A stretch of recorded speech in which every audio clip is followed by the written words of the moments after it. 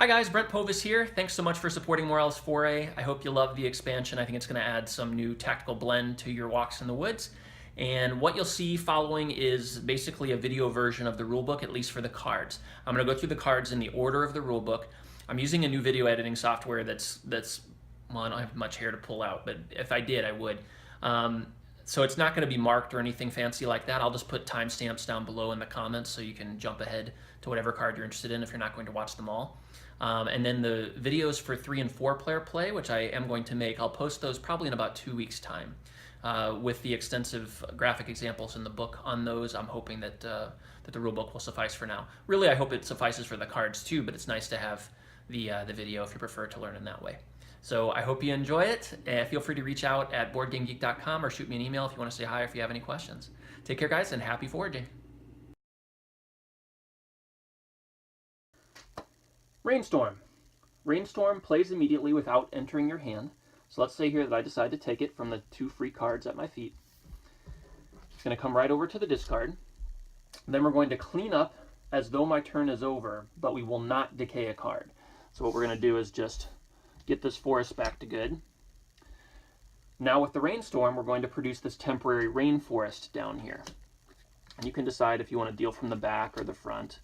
We're of the mind that it makes no difference. Do whatever suits you. Okay, and once I've got that set up, by virtue of taking the Rainstorm, I'm now awarded an extra turn. So I get first crack at these cards that come out, which is kind of nice. So let's say that I'm going to take the Hen of the Woods, and maybe I'm collecting those. You only decay from the rainforest if a card has been taken from the rainforest. In this case, I did. So we'll go ahead and decay the Lawyer's Wig. Decay is full. So we will discard those. Lawyer's Wig comes over. Now, this rainforest will not refill. It's just going to keep depleting until it's gone. If I were to take any other action on my turn, let's say that I've got a pan in my hand. On my next turn, I play an empty pan. The decay is going to come from up here. Okay, so again, only decay from the rainforest if a card is taken from the rainforest. When you get down to the end, let's say that we've played a while and these have all been taken or decayed or whatever. We're down to the last card, and let's say that on your turn you decide to take that tree ear. In this circumstance, you took a card from the rainforest, so one should decay from there, but there are none. So there's going to be no decay on that turn. This would be set as is, and it would come over to me.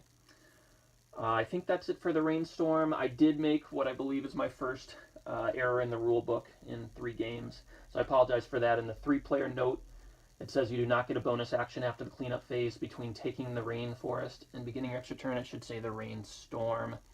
My wife and I are in the habit of using those kind of synonymously, and it bled over into the rule book. So again, that 3-player note, it should say between taking the Rainstorm, which is the card.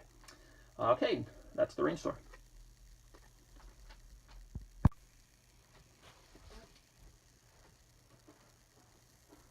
Forest Fire. Like the Rainstorm, it's a card that does not enter your hand. You don't have to have room for it, and it's played immediately. So let's see what happens when I take the Forest Fire. When I take it, it's immediately going to discard.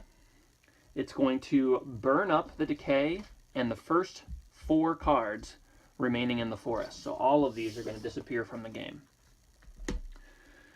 Then what I'm going to do is I'm going to declare whether I want to add a Morel to the deck. And if I do, whether I want it to go on top or on bottom. And there are a number of strategic reasons you can think about for why you might want one versus the other. I'm going to say, I'm going to put it on the bottom.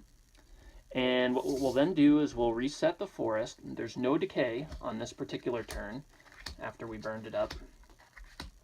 Okay, so we reset the forest. I'll then add the Morel to the bottom of the deck as I declared. And then also like the Rainstorm, I'm going to get a bonus turn. So I get first crack at some of these new cards that appeared if I have sticks in hand to go out and get them. So I'll go ahead and maybe say I'll take a Porcini. We then decay and play proceeds as normal.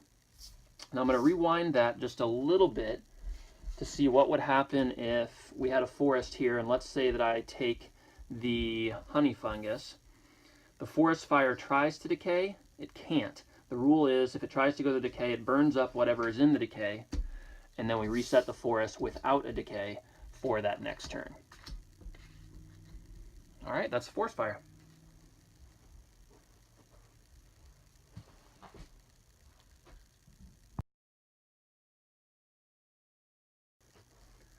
Panther Cap is going to work a little bit like a Destroying Angel, and in fact, if we have it in the game, we would have replaced Destroying Angels with them. Let's see what happens if I take it. So if I take the Decay here, Panther Cap is going to play immediately, and I have to decide whether I'm going to discard 1 or 2 cards from my hand. If I do 1, let's say I discard a Honey Fungus, I get to look at the bottom card of the night deck, just me. Other players won't be privy to this information, so I get a little sense of what's down there. Or let's say if I had wanted to discard 2 instead, then I get to look at the top card of the night deck for some immediately useful information. Now you can't mix and match those. It's got to be 2 to look at the top or 1 to look at the bottom. And that's the Panther Cap.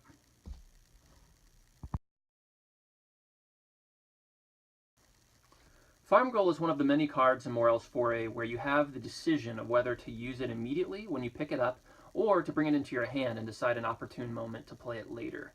I'll demonstrate both cases here.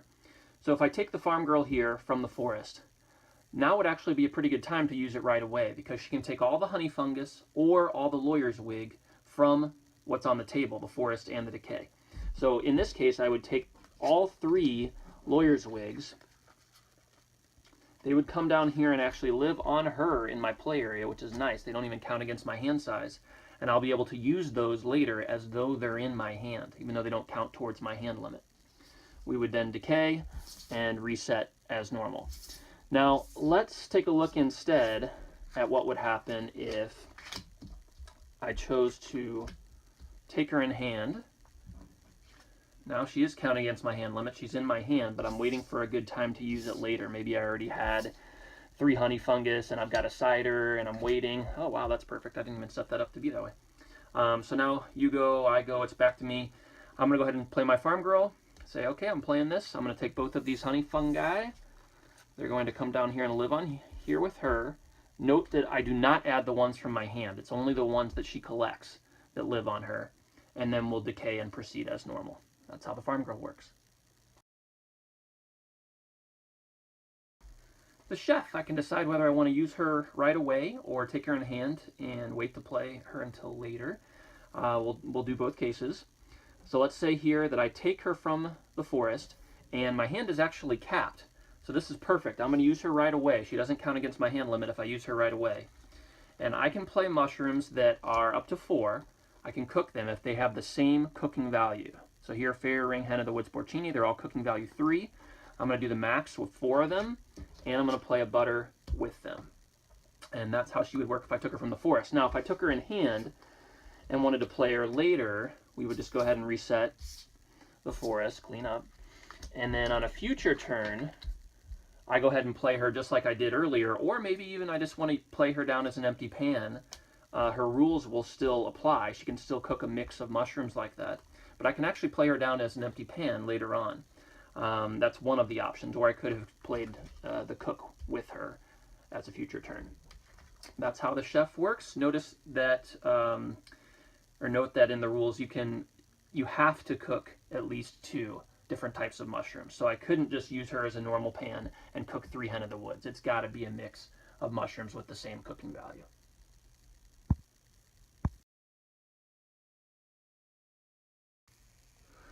Farmer's Market. I can decide whether to take it in my hand to play later, or I can use it right away. In this case, I'll go ahead and use it right away. I'm going to take the Decay, and it could be a card from my hand, but actually in this case, maybe I decided, you know what, that tree here is going to work great. I'm going to go ahead and use one of the 2 sales permitted by the Farmer's Market to receive double the foraging stick quantity. So I would actually get 4 foraging sticks from the supply upon selling that tree here. I'll leave it down here and leave it on the Farmer's Market to show I have 1 use left. We would clean up, play on, maybe later in the game then I decide, okay, now it's time to sell. I've got this single Fairy Ring I've been holding on to. I'm going to go ahead and sell that for 4 foraging sticks, and then all of this would go away. Farmer's Market would be done at that point.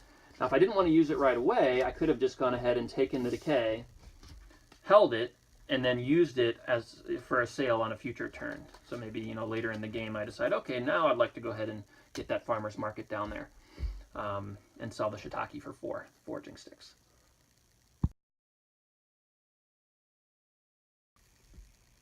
The Thief looks like it has the most rules load in the rule book, but I think it's a case where a picture is worth 1,000 words, so hopefully this will make it simple.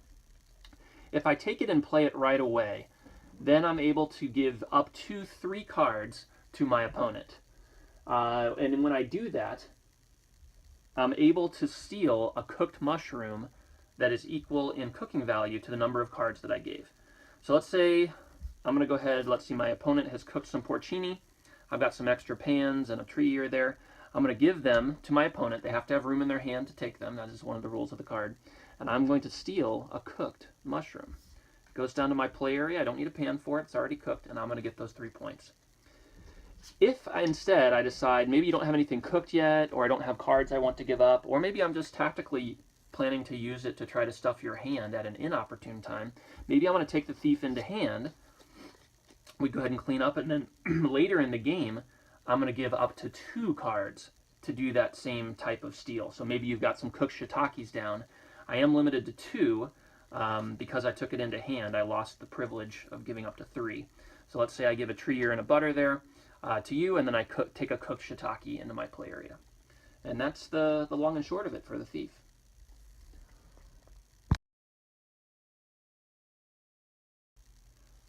Shiitake Log. Shiitake Log, we have the choice of whether to play it immediately or take it into hand and hold it until later. Let's go ahead and take a look at playing it immediately. Alright, I'm going to choose that as my turn from the forest. Shiitake Log comes down to my play area. I then have to spore it with 1 to 4 shiitakes from my hand. So I have 2 here. I'm going to put the 2 shiitakes down. If you notice, there are Roman numerals on the Shiitake Log. You want to turn it so that the amount you spored shows at the top. So I'm going to put the 2 at the top. That way it reminds me how many uses I have left of the Shiitake Log, because these cards, even though they're not in my hand anymore, which is nice, they're not counting against my limit, they are usable on future turns. So as a future turn, I could sell these.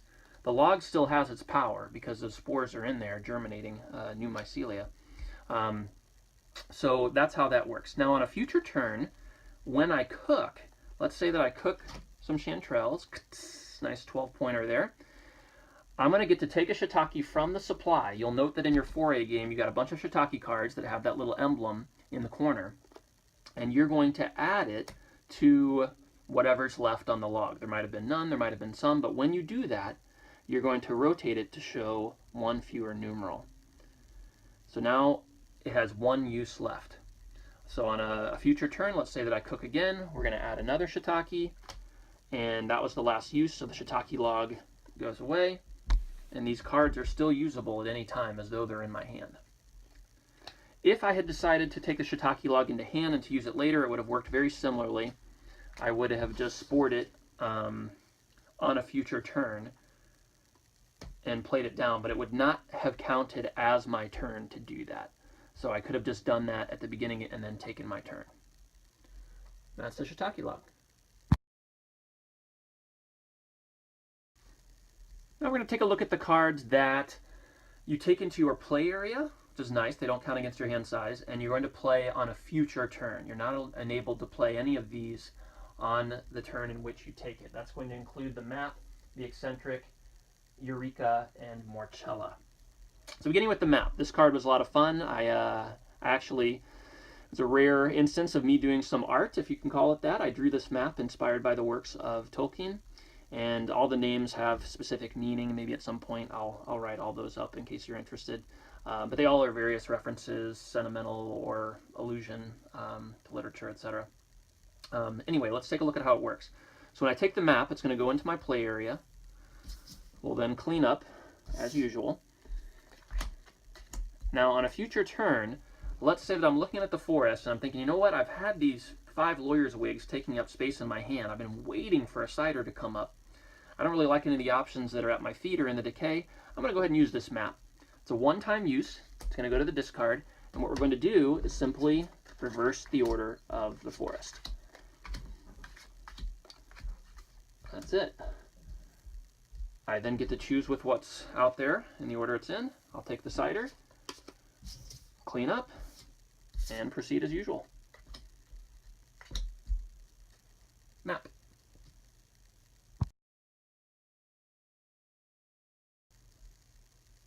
All right, next we're going to take a look at the Eccentric. Along with the Eureka, it's one of the cards in Foray that you have to earn. In the case of the Eccentric, it's by taking a card that forces discard. The Destroying Angel, the Thief, or the Panther Cap. So I'm going to take a Destroying Angel here. I'm going to pay a stick to do it because I'm so interested in getting that Eccentric. I've got a 6-card hand and a 4-card limit, so I'm going to discard a couple cards per the rules of the Destroying Angel.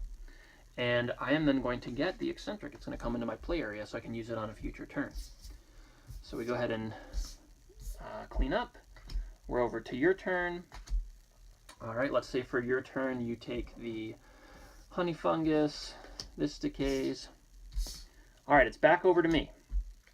This is a prime example here. We've got a couple nice cards. Let's say I'm collecting Morels. So I want that Morel, but I'd also rather not give you the Moon. So I'm going to take the Morel. Ordinarily, the Moon would decay, but I'm going to swoop in with my Eccentric, whoop, and the Eccentric is going to go foraging at night and grab that card, whatever it would have been that was there. The Eccentric is done. It was a one-time use. That card goes into my hand, and then we play on as normal. Now, there's not an additional decay because the card that was decaying was swiped. So these would actually stay there, and then we reset the forest for the next turn. That is the Eccentric.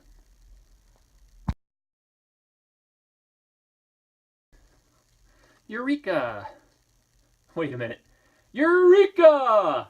Like the Eccentric, Eureka is a card that must be earned. It was actually one of the first ideas I came up with when thinking about a Morels expansion. There's a tendency to hold on to cards and try to amass huge cooks, which are generally played late in the game. That's assuming you have the hand limit to support that. Maybe you were able to snag some baskets early. But with Eureka, you're actually rewarded for cooking early, as early as possible, really, to open up the options. So let's say it's my turn. I cook 3 Honey Fungus. All right, maybe not too many fireworks over 3 points, but the Eureka is going to come into my play area. You're only able to earn 1 Eureka per game, and each player will have the opportunity to earn 1. So in this case, a 2-player game, we had 2 in the supply.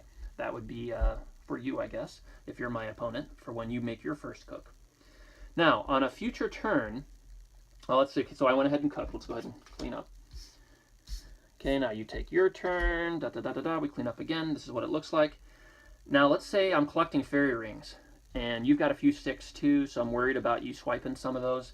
So I'm thinking, you know what, this would be great timing. For 1, 2, 3 sticks, I can reach this fairy ring. That's just what I've got. And I'm going to go ahead and use this Eureka. It's a one-time use to take 2 cards. They must be in sequence from the forest. I only have to pay for the cheaper one. So I'm going to use my Eureka. I'm going to take both fairy rings into my hand. And then we clean up and play continues once we're back to an 8-card forest. That is Eureka. Feel free to exclaim at will.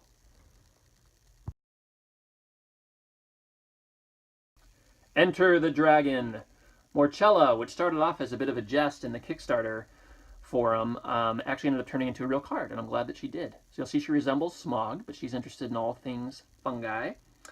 I'm going to mention the setup first. When you're setting up the game and you're going to use Morchella, make sure the Night Tree Ear is out of the deck. So I've removed the Night Tree Ear. It's gone. I don't know if I'm holding this at the right angle. Can you see that? Anyway, Night Tree Ear is gone. And then when we shuffle, we'll go ahead and shuffle the deck, and we'll pull off the top 3. Shuffle Morchella into those. The reason we're doing this is we want Morchella to come up fairly early in the game, so she has an opportunity to do her thing. I'm going to stack the deck a little bit. Oh, didn't even have to. For the demonstration. All right, so it's my turn. I'm going to take a Moon. Comes over here to the discard. Oh, I got Morchella. So I'm going to put Morchella down into my play area. You get to see that I have it. I don't get the benefit of secrecy there. And then on a future turn, I might decide to use her as part of that turn. So let's see how it would work. All right, you go. Let's say you take a pan. We clean up. Comes over to me. I take a chanterelle. Hen of the Woods is going to decay. These 4 would normally be discarded. But if I decide, you know what, those are some pretty sweet cards, I've got some matches in my hands, I think I can do something with that, I can swoop in with Morchella as they are going to the discard. Woo! Mid-air intercept. Whoosh. And they are now going to live on Morchella in my play area. I can use them at will on future turns. Like I could match, a treeer with another treeer and use it as a sail as a turn. But they do not count against my hand limit. One thing is, if I'm not able to use any of these by game's end, their cooking value will count against my score. So, you want to tango with dragons, sometimes you win, sometimes you get stung. That's how Morchella works. That's going to be it for the little instructional videos on the cards. I will shoot a separate video on 3 and 4 player play eventually. This week's been pretty crazy, getting all the orders out to you lovely folks who have supported Morels Foray. So I hope you really enjoy the expansion, guys. Feel free to ask me any questions that might come up as you're learning the game. Hopefully these videos helped. And like I said, I'll probably put this one back together actually with better editing, and then I'll throw up the 3 and 4 player videos hopefully within about 2 weeks' time. All right, take care and happy foraging.